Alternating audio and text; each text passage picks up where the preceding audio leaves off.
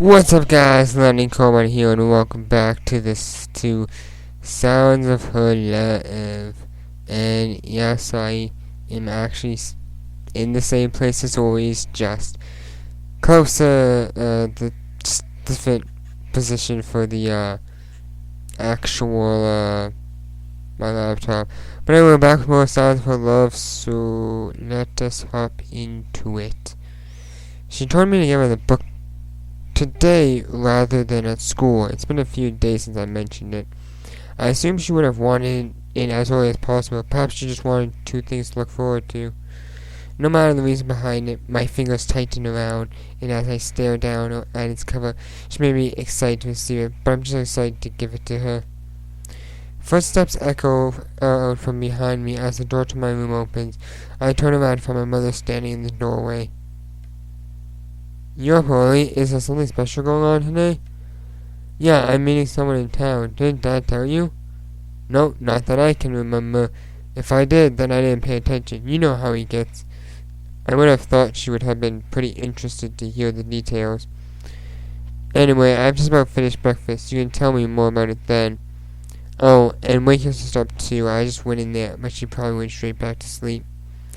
It's a Saturday. Can't you just let her sleep in? Most other school kids in Japan would kill to have a Saturday mornings free. We're just lucky since we go to a school which follows the curriculum of another country. Alright. I oblige anyway just to get my mother out of my room. It'll still take me a few minutes to get ready. Even though it's only 8 o'clock, I still want to be set to get straight out of the door to see Ceri as soon as possible. After doing up my shoelaces, I walk out into the hall and give a knock on my sister's bedroom door. Get up. Ugh, fine. The sounds of her bed she's being tossed about, along with moans of agony and despair, creep through the crack beside my feet. She really isn't a morning person. At least she's out of bed now. I head back down towards the end of the corridor and approach the descent to the ground floor. Time to have breakfast, something I rarely do on a Saturday. Toast. That's what I smell when sitting down at the dining table, ready to tuck in. It's not the most elegant of dishes. The concept of cooked bread is quite plain. You cannot compare it to a fulfilling traditional English breakfast, but a slice of toast is certainly fine every now and then. My sister soon joins me, scraping the chair across the hardwood floor next to me. She completely examines the toast before putting it in her mouth soon after, a move which bars her from joining the typical morning commotion. So, who are you meeting then? It's that girl you want about, isn't it? You should really bring her home one of these days. Hell, I don't even know her name. Her name is Ceri. So I see. My father goes back to eating his toast, however my mother continues to converse with me. I'm glad you're making more friends, Ark. As if she couldn't make me sound like any more of a loner. Oh yeah, son, did you remember to pack that book I gave you? Of course I did. That's my boy. A quick glance at the clock on the wall tells me it's approaching 9:45. I ought to set off. I don't have to leave things this early, since it's only a short walk away from my house. However, getting to see Ceri for just a little bit longer will probably do me some good. I bet she'll be there early too. I wave goodbye to my parents. Both of them continue to eat their breakfast, and discuss street topics which don't necessarily concern me. A cold breeze meets my face as I open the door and step out into the ward. Soon enough, in my sight, I catch Ceri's blonde braids swaying softly in the wind as she twiddles with her thumbs and waits for me. She hasn't noticed me approaching yet, but she soon will. I don't think I'll be able to cover her eyes and surprise her. As I approach her, something weird is made apparent. She's still wearing her school uniform, even though it's Saturday. I have to admit, it does look good on her, but I was hoping to see her wearing something casual. Maybe I should ask her about it. She turns her head towards my direction and finally takes notice of me, looking visibly startled, even though I'm still nowhere near her yet. My hand glides through the wind as I wait to slowly but surely make my way beside her. Hey, Ceri. Hello? How long have you been waiting for? I knew she would arrive before me, but I wouldn't want to have waited for too long. Oh, not long. That's good. She could just be saying that to make me less concerned, but I'll trust her on it. Shall we get going then? Ceri takes the initiative, and I give her a truthful response. Yes, I'd love to. Ceri blushes at my answer. I really do want to go on this trip with her. Wait, Ceri? I'm not really sure whether this is a good time to give it to her, but it's agonizing waiting. I really want her to have it. I have something to give you. Pulling the book out of my coat, I presented to Ceri in a similar fashion as when she presented hers to me. Maybe not in such a passionate way as she did, but the passion is certainly there within my fingertips. Ceri stands there, taken aback. She closely peers towards the book, reaching out and tracing it with the tip of her index finger. She softly brushes mine in the process, going right after the surface of her fingers meet one another. Sorry. You don't have to apologize. She looks up towards me and our eyes meet. Her amber eyelids shimmer in the morning light, which are too soon to divert back towards the book within my hands. Can I really have this? Of course, it's a present. You can keep it. Ceri tightens her fingers around the book, once again brushing her smooth skin against mine. This time, she doesn't apologize. However, she can't help but blush once more as her cheeks bloom like a rose in spring. How did you know I liked this author? Well, they wrote the book you gave me before. It was quite worn, so I assumed you read it multiple times. Anyway, let's get going. We wouldn't want to miss the train.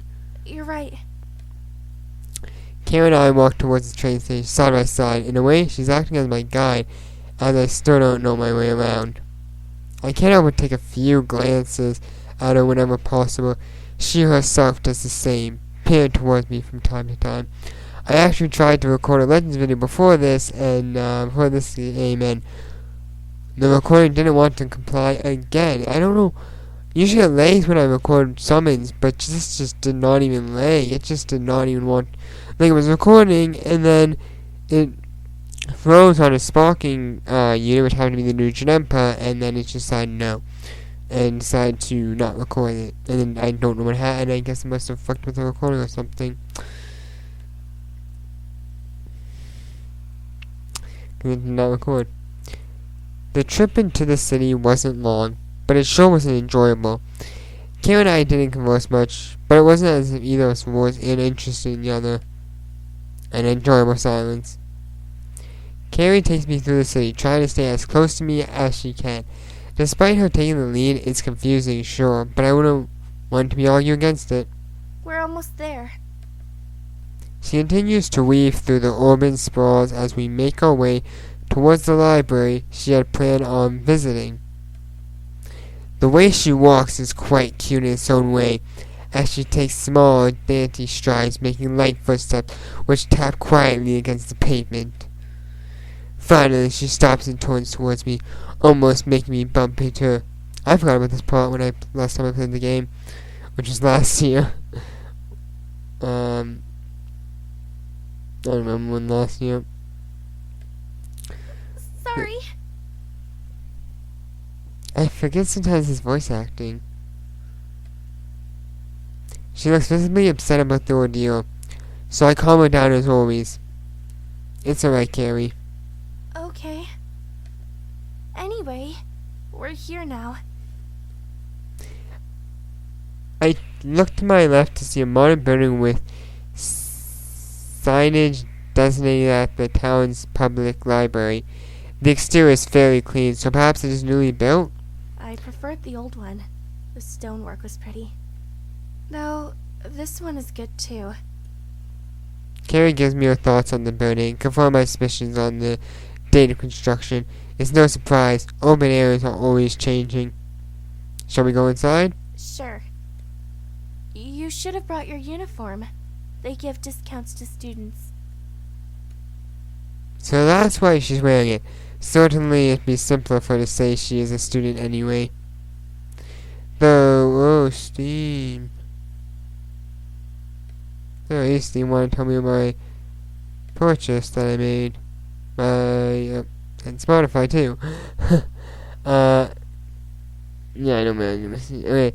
Though pretending to be a regular high schooler on Japanese curriculum works too, even though she looks far from it. I wasn't planning on buying any books anyway, even if I wanted one. I'd take it out on lease anyway.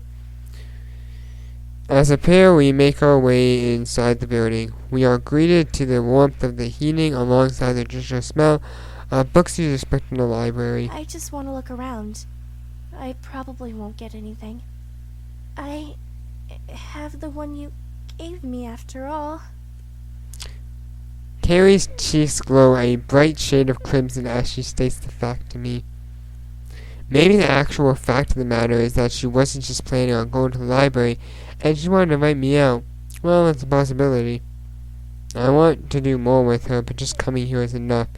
Seeing her cute demeanor on the weekend is a treat in and of itself.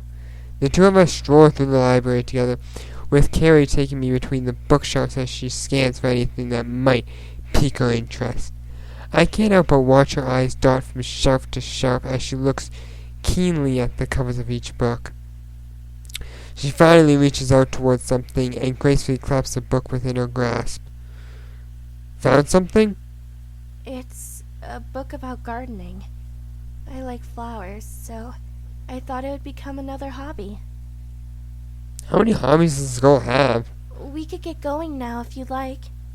I can't find any books that would top the one you gave me. Ceri shoots me a smile, one which pierces my heart. She guides me towards a digital checkout in which she swipes the book and places it within a bag. It's strange to think that even libraries have self-service nowadays. The word sure is changing. My bookstore doesn't have that. You still have to go to the counter to buy a book. Shall we go then? Unless Japan has this stuff. Yes, let's, because this is in Tokyo. Side by side, Ceri and I walk out of the library. Most of the books in her bag cause it to sway as she takes step after step. We come to find ourselves outside of the library since neither of us had really planned on doing anything afterwards. We come to find ourselves outside. My horoscope said today would be a good day. Your horoscope? For some reason, Ceri brings up a horoscope. Not that I mind, but it's a pretty abstract topic to bring up out of the blue. Well, was it?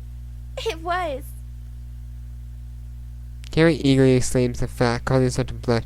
Alongside her, I also go red. I would never have thought that I could have brought so much satisfaction to someone. When is your birthday anyway, Ceri? I ask her simply because I want to know more about her. If I don't know her birthday, how am I supposed to get her a present? My birthday? September 3rd. I'm a Virgo. I don't think I know anyone with a December birthday. So her birthday wasn't even that long ago. Happy belated birthday? Thank you. When's yours? She wants to know my birthday as well. Might as well tell her. Tell Ceri your birthday, number, month. So, 14th of February. I'm an Aquarius. My birthday is on the 18th of October. No, I said the 14th of February. Oh, I'll add it to the calendar on my phone. They could have made you choose that. Speaking of phones, I really did need a contact picture for Ceri. Well, I just want a photo of her, but still. Now, it could be the actual creator's birthday, or they just thought a random day that was close to what they chose for her birthday. Though I'm not sure what the gender of the creator or company that created this game is. Ceri, can I take a photo of you for your contact picture? What? Ceri looks shocked at my statement and moves herself back slightly, but it doesn't stop me from bringing up my phone up and taking the shot. Her expression in the photo isn't a happy one, but she still looks pretty cute. I'll keep it. I don't like having my photo taken. Come on, you look good in it. Turning my phone screen to face Ceri, I show her the photo. She still doesn't look particularly happy about it, but I don't think she's angry. Alright. I'll let you keep it. But only because it's you. Her statement takes me aback. Ceri herself seems pretty composed about it. I'm not blushing slightly. Anyway, is there anything else you'd like to do? Anything else? I'm not sure. Have you got any ideas? Well, I asked her since I couldn't really come up with anything myself, though with a bit thought, it shouldn't be that hard to find something to do. So we can have a look around town, or we can go home. Why would we go home now? I don't know. We don't know our way around town. Maybe having a look around the town, we can learn the town. So we're gonna have a look around town. How about we have a look around town for a bit? I don't want to go home early. Ceri nods her head in agreement, making her reddened cheeks more noticeable. Me neither. We walk together, heading away from the library without a sense of direction. We'll end up somewhere. Both of us just want to spend more time with the other. My foot has fallen asleep, and it's annoying. Ceri's braids rest over her shoulders, brushing against her body as each luxuriant strand gleams in the sunlight. It is a nice sight, but I do wonder what she would look like with her hair down. Time flows forward as Ceri and I wander around the town together at a tempered pace. We look within the windows of stores and occasionally make comments on what we see. Ceri slows to a halt as we stroll by another store. This is the first store that has gotten her this memorized, so I turn to face that store as well. A music store? Ceri stares at the building as if enchanted by its aura. By the looks of it, it's been here quite a while. It has a traditional sign and printed glass which has worn over the years. Beyond the glass, though, is the thing I can only assume Ceri is fascinated by. She takes steps towards the window, closing herself in on it. Her palms meet the glass as she touches the window, almost in awe. Behind it sits a large, gold-trimmed harp. The polish on the wood mirrors Ceri's enthralled face as it stands before us, grandishly staring back at us. You can play the harp, can't you? Ceri moves her face away from the glass, turning to face me, while still maintaining her upbeat expression. What a pure happiness. I'm glad you remember, but I wasn't looking at the harp. You weren't? No, that gramophone on the level below it. I've never seen one before. To think she was enthralled by a piece of outdated technology, when there's the best little harp I've ever seen sitting right before her. I'm not gonna blame her for it, though. The harp I own. It's much grander than that one. How rich is this girl? Sure, you need money to get into our school, but a harp like that's bound to us thousands. Ceri and I turn around with her seemingly satisfied with the amount of gramophone exposure she has received. A brief glance at my watch tells me it's getting pretty late. Despite wanting to stay with Ceri for longer, I don't want to worry my parents either. If my dad calls me, he might ask to speak to her if he can tell she's there. Ceri, it's getting pretty late. Shall we head home? Okay. With that, the two of us walk together towards the same station we arrived at. She looks sad. Ceri, now she looks happy. Ceri seems happy as I am about this trip, with her lips still curled softly into a smile as the setting sun shines upon her.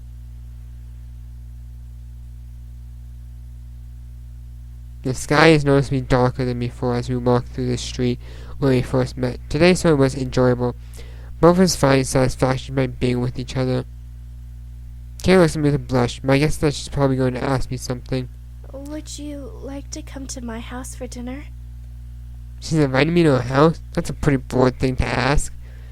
Technically, we did just go on a date, but in reality it was more of a trip to the library as friends. This, though, I don't know what to say. Ceri probably doesn't realize its forwardness herself. That, or am I overcomplicating it? Is having dinner at her house really such an abstract concept to me? Maybe going with her on this trip has given me a few thoughts I didn't have before. Either way, I can't just go over there without asking my parents first. Put on my phone, I give Ceri my answer. Sure, let me just tell my parents where I'll be. Ceri gives me a nod as I wait for someone to pick up on the other end of the line. My house isn't that far from here, so I could have just walked in and told them. No, this is easier, despite it's costing money. Hello? I'm just letting my sister answers in the place of either my mom or father. Sis, where's mom and dad? They've gone out to dinner. They never told me anything about that.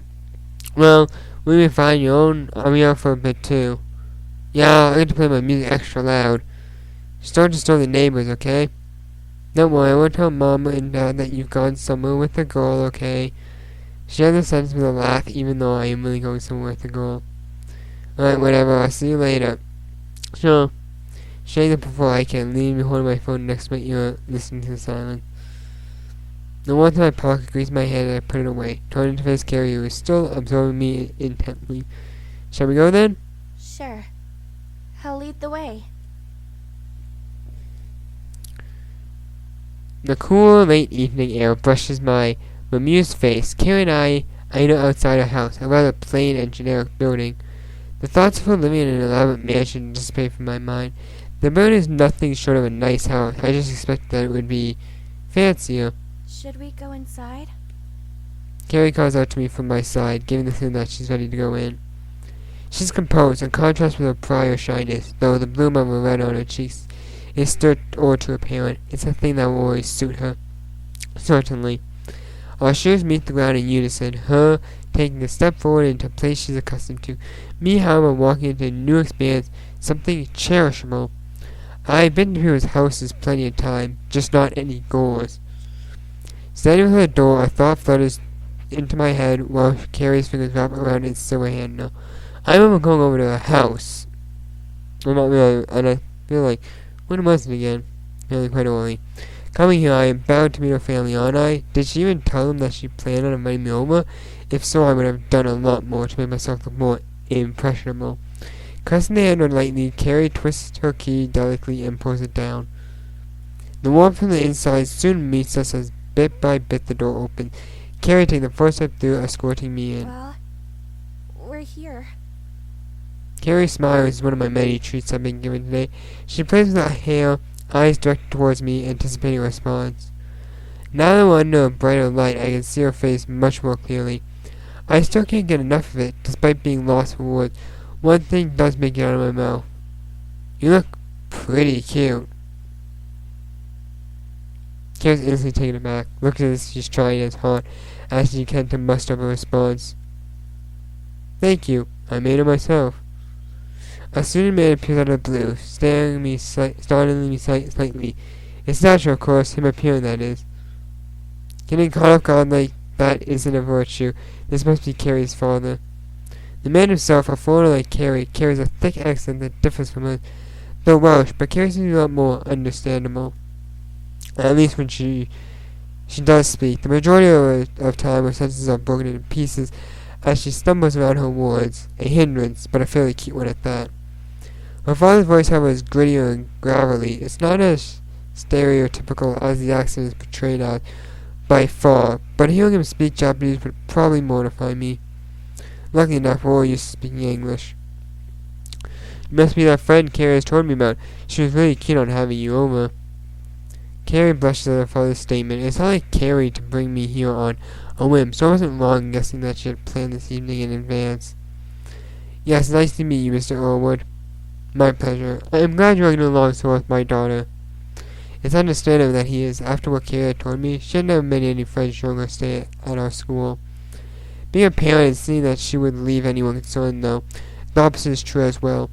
Knowing your daughter's first true friend, there is a guy has probably left him having a couple of questions. Even though he seems fairly friendly, I wouldn't blame him if he had any suspicion. One thing that is quite odd is the absence of Ceri's mother. Not that she couldn't be in work, it's just odd that Ceri hadn't brought her up. She never talked much about her father either. It's a nice thing to meet her family. In a way, I'm learning more about Ceri herself than anything. Her experience in those close to, I guess, families or she had when outside of school, at least until I came along. I still feel inclined about asking where her mother is. It's weird that my kid helped remain over her. Ceri herself must have had an attractive mother to turn out the way she is, but I wouldn't tell her that. I'm not an expert in genetics either. Well, I can't help it. She's a really interesting person.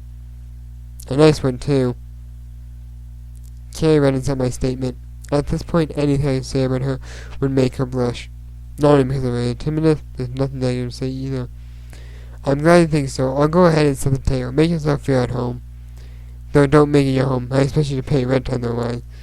This joke is lost on me, but I still draw a smile on my face as to act polite and afraid of response. Ceri herself seemed pretty amused by the joke, calling them out to see her faint but girlish giggles. I guess dad jokes are only effective when they're actually coming from your father. Mine acts like a big joke himself half the time. Mr. Owen leaves the pair of us standing by the doorway, giving me the chance moment to converse with Ceri in private. I want to ask my mother, though, whether I should either question my acting itself. Now I know what happened, and I don't remember if my mother's dead or left her father. So I'm not gonna. So I'm gonna don't ask anything. My phone vibrated. Still have the adventures going on.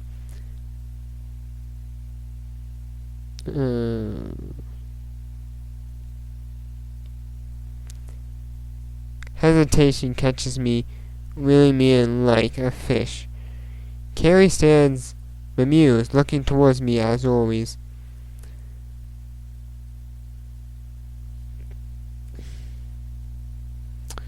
Her soft cheeks have lost their rosy color from moments ago. However, she certainly fusses with her hair as the light above shines down upon her. Shall we sit?